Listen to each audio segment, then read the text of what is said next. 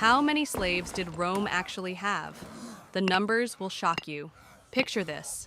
You're trying to figure out how many people were enslaved in the world's most powerful empire, but the Romans never bothered to count them. It's like trying to calculate the GDP of a country that never kept financial records. But here's what makes it even crazier. Modern historians can't agree if it was 8% or 33% of the population. That's not a margin of error. That's a completely different picture of what Roman society actually looked like. So let's play detective and figure out, in an empire built on slave labor, exactly how many human beings were treated as property. The detective story: ancient sources won't tell you. Here's the first problem. Romans didn't count slaves in their census. They counted citizens, free, adult males only. Women didn't count. Children didn't count. Slaves definitely didn't count. Imagine if modern countries only counted white male property owners in their population statistics. That's essentially what Roman census data gives us, a snapshot of only the most privileged slice of society. So historians have to get creative.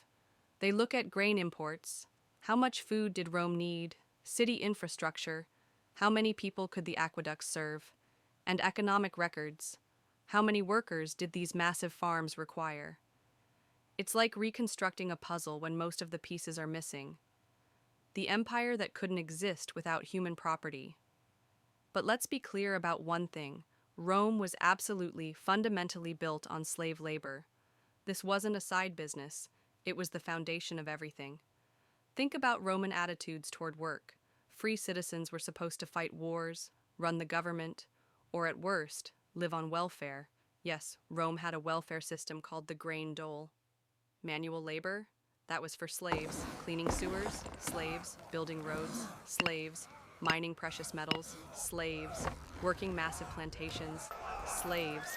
Even skilled jobs like teaching, accounting, and medicine were often done by slaves. Romans didn't just use slave labor, they were psychologically dependent on it. The idea of free Romans doing slave work was culturally unthinkable. The math that reveals the horror. Let's work backwards from what we know. At Rome's peak in the 2nd century CE, the empire had about 65 million people total. The city of Rome itself maxed out around 700,000, smaller than modern Moscow. All of central Italy, including Sicily, Sardinia, and Corsica, had about 7 to 8 million people. That's roughly the population of modern New York City, spread across an entire region. Now here's where it gets complicated. Not everyone was either a citizen or a slave.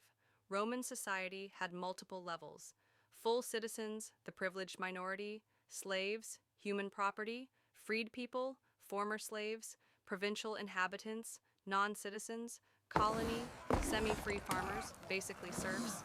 It was like a caste system with more categories than anyone could keep track of. The plantation economy that powered an empire. Most Roman slaves weren't household servants. That's a Hollywood myth. The vast majority worked on latifundia, massive agricultural estates that were basically ancient versions of Southern American plantations. These weren't small family farms. We're talking about industrial-scale agriculture, huge vineyards, grain fields stretching to the horizon, olive groves that employed hundreds of workers, and almost all of those workers were enslaved. Historians can estimate slave populations by calculating how many workers these estates required. A vineyard of X size needed Y number of slaves. A grain operation covering Z acres required W number of field hands. The math is brutal but straightforward. Rome's agricultural wealth depended on massive slave labor. The numbers game: 11 million human beings. Based on current best estimates, at Rome's peak there were about 11 million slaves out of 65 million total population. That's roughly 17%, nearly 1 in 5 people. But here's the breakdown that's even more revealing. 4 million urban slaves, 7 million rural slaves, 8.5 million free. Urban poor, 40 million rural farmers and tenants. Think about those ratios. In cities, slaves made up a massive portion of the population. In rural areas, enslaved people were everywhere, working the fields that fed the empire. And this doesn't count the psychological impact. Even free Romans who never owned slaves lived in a society where human beings were routinely bought, sold, and worked to death. The regional reality check. But here's something that might surprise you. Slavery wasn't evenly distributed across the empire. Central Italy was slave central, maybe 30 to 40% of the population in some areas. But distant provinces, much lower percentages. Why? Economics. Transporting slaves was expensive. Training them was expensive. Feeding and housing them was expensive.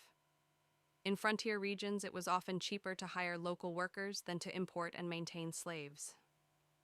This created a weird empire where the core was heavily dependent on slave labor, while the periphery operated more like other ancient societies with free labor. The comparison that puts it in perspective. 17% might not sound like a huge number compared to some estimates you've heard. But let's put this in context. The American South at the peak of slavery, 1860, was about 32% enslaved. So Rome had roughly half the slavery rate of the antebellum South, but Rome's slave population was spread across a much larger territory and time period. 11 million enslaved people is more than the entire population of modern Greece. It's comparable to the current population of Belgium. We're talking about millions of human beings, mothers, fathers, children, treated as property for centuries. The mystery that still haunts history. Here's what's really disturbing. We're debating percentages, but every number represents a human life. Whether it was 8% or 33%, we're talking about millions of people whose stories were never recorded, whose names were never preserved, whose suffering was so normalized that Romans barely bothered to document it. The fact that historians still can't agree on basic numbers shows how thoroughly Rome dehumanized enslaved people. They were property, not people worth counting. The economic engine of human misery. Rome's wealth, power, and cultural achievements were built on the systematic exploitation of millions of human beings. The roads, aqueducts, monuments, and military victories that we admire today, paid for with slave labor. It's a reminder that some of history's most glorious civilizations were also some of its most brutal. Rome's greatness and Rome's cruelty weren't contradictory. They were connected. What do you think? Does knowing the scale of Roman slavery change how we should view their achievements?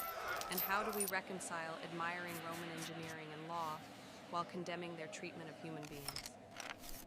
Let me know in the comments.